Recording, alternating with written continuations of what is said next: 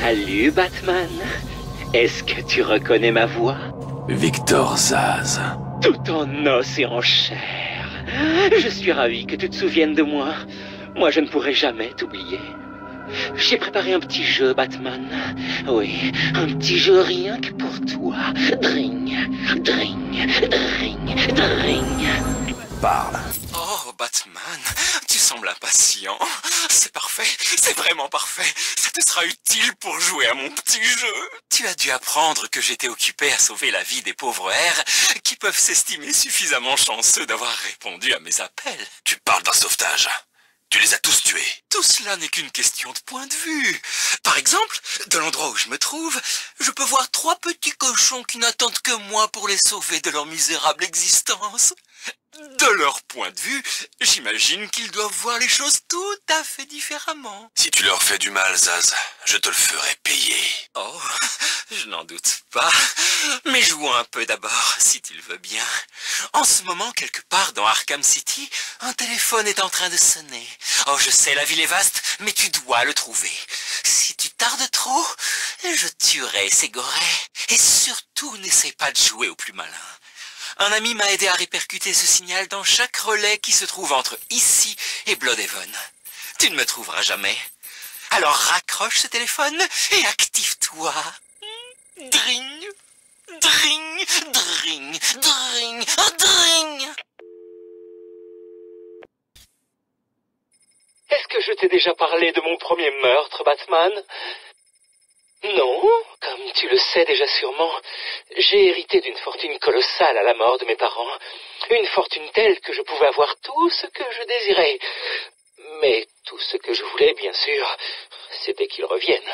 J'ai conscience à présent que c'était impossible et que leur mort devait avoir un sens plus profond. Mais à l'époque, je ne connaissais pas encore le plaisir d'une lame froide tranchant la chair chaude. J'ignorais que je pouvais sauver tous ces gens de la misère permanente de leur vaine existence. Tu aurais dû rester comme ça. C'est vrai? Alors j'arrête là. Trouve un autre téléphone, Batman. Au revoir. Tu as réussi.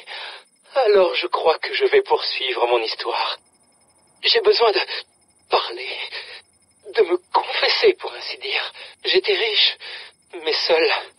Mais pas pour très longtemps, bien sûr. Je me suis mis à jouer. Peut-être un peu trop. Si j'avais été doué au jeu, je n'en serais peut-être pas là où j'en suis aujourd'hui. J'ai commencé à perdre le contrôle de ma vie. Alors je me suis mis à fomenter un plan. Un plan pour récupérer l'argent de mes parents et retrouver le bonheur perdu. Évidemment, ça n'a pas marché. Ce type de plan est toujours voué à l'échec. Mais ce soir d'été-là, devant le salon de l'iceberg, je me souviens d'avoir ressenti quelque chose de différent. De l'espoir, peut-être. Le salon de l'iceberg était bondé d'humains à la chair répugnante. On pouvait y trouver tout ce qu'on voulait, si on avait de quoi payer, bien sûr. Au début, j'ai eu la sensation de gagner. Toutes les cartes étaient en ma faveur. Je me suis retrouvé à la table du patron. J'ai bêtement cru que je pouvais gagner et qu'il serait réglo. J'ai regardé autour de la table.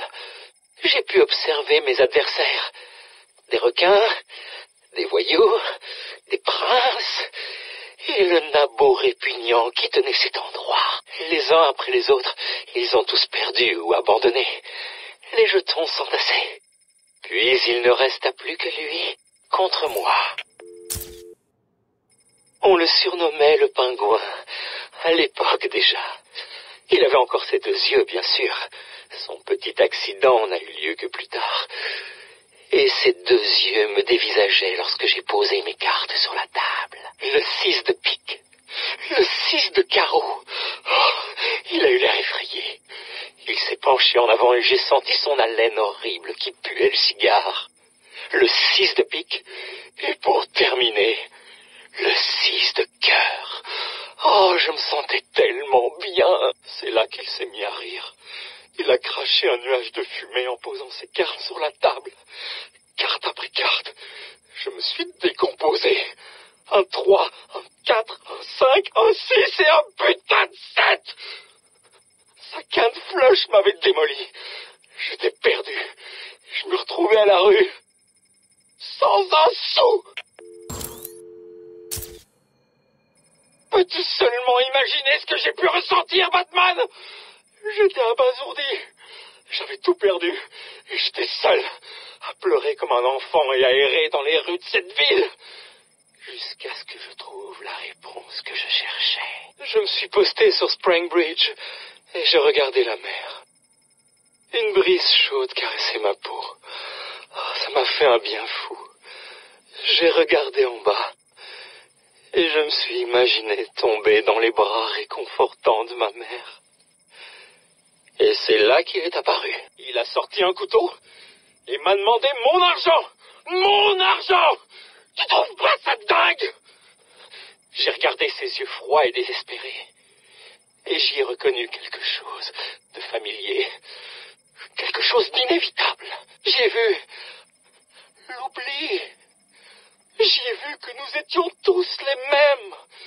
Tous coincés dans un cercle vicieux en quête du salut. Alors, c'est ce que je lui ai offert. Tu imagines la surprise de ce vagabond quand je lui ai arraché le couteau des mains? C'était instinctif. C'était merveilleux. D'un seul geste, je lui ai tranché la gorge pour lui offrir le salut. Tout est arrivé tellement vite, mais chacune des sensations m'a enivré. Son sang m'a giclé sur le visage et j'ai vu le peu de vie qui restait dans ses yeux s'évanouir. Et puis ça a été terminé. Je me suis senti perdu. Comme si tout avait été vain puisque personne n'aurait connaissance de mon sacrifice. Et puis c'est arrivé. Sans réaliser vraiment ce que je faisais, j'ai plongé le couteau dans mon avant-bras et j'ai coupé profond. Oh, c'était incroyable. J'ai senti mon corps s'envoler, s'élever.